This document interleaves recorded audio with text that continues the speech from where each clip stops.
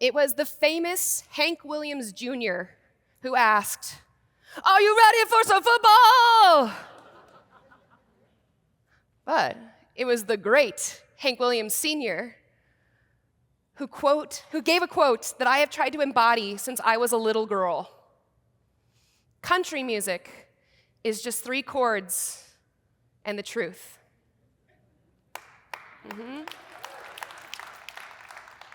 That's right, I was gonna be a country music singer. I wore out my Reba McEntire, Shania Twain, and Dolly Parton CDs. I taught myself guitar, and I even learned more than 3 chords. By the time I got to college, most of my performance opportunities were at parties, where I would crack out my rendition of Sixpence None the Richer's Kiss Me. I did get one opportunity to play a song at a big event with a big crowd, and it went really poorly. Really, really poorly. I realized on that day that as much as I liked learning the chords and asking people at parties to kiss me, that what I was really after was the truth. And that's what led me to start doing stand-up comedy. Yeah. I started stand-up comedy in 2009 here in Albuquerque, New Mexico, and I fell in love so quickly. Obviously, I like getting to hop up and be in front of a big crowd. But I found out that I really love the stuff around stand-up comedy just as much. I love a sticky bar floor. I love a wood stool.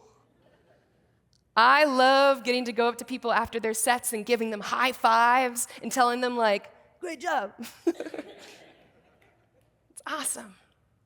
When I started, the only comedy club in Albuquerque had closed, and I promise you that was not my fault. It did close. And a cool thing happened in the wake of all of that. Me and the other comedians in town, even though we barely knew each other, started putting on our own shows anywhere people would have us. Dive bars, galleries, other people's homes. One time I did comedy on the back of a tractor trailer. We weren't just making jokes, we were building a scene. And that's when it clicked for me. When you do comedy for your community, you don't just get laughs. You build a sense of purpose and of place. And I have seen it over and over again in the 16 years that I've been doing this. People will show up as strangers to their first open mics, having experienced grief or heartbreak or addiction, and they leave transformed with something to grow, build on, and focus on outside of themselves. People who wander up to the stage for the very first time, not even planning to tell any jokes, but having the curiosity and the desire to connect. Comedy is awesome. It is the exploration of the human condition. And we are just very, very lucky that the human condition very often is hilarious. But when you are going through something dark and you're able to make light of it, that is transformative. And not just for the speaker, but for the people there to witness it. And comedy must have witnesses. This is very important. Comedy is the only art form that cannot happen if there is not an audience present. Because you can write all the jokes you want, but if there's nobody there to laugh at them, that's not the whole equation. And this is why comedy cannot exist on our cell phones. And I'm saying this knowing that most of you have probably seen stand-up comedy on your social media feeds. But if that's the only way that you are watching it, that is like looking through a window at the real thing. Real transformation happens in real rooms with real people sharing of themselves to connect. And that means leaving the house. Sometimes to see greatness, and sometimes to see people bomb their sets so bad. But I'll be honest with you, sometimes sharing in something very terrible can build the strongest bonds.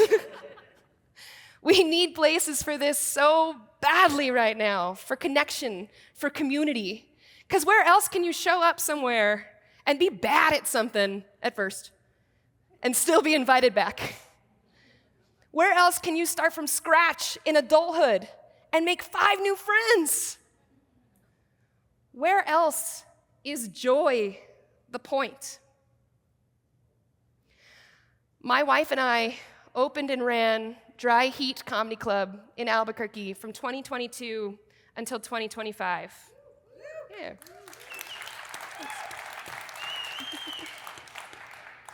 And we didn't do it to get rich. Trust me.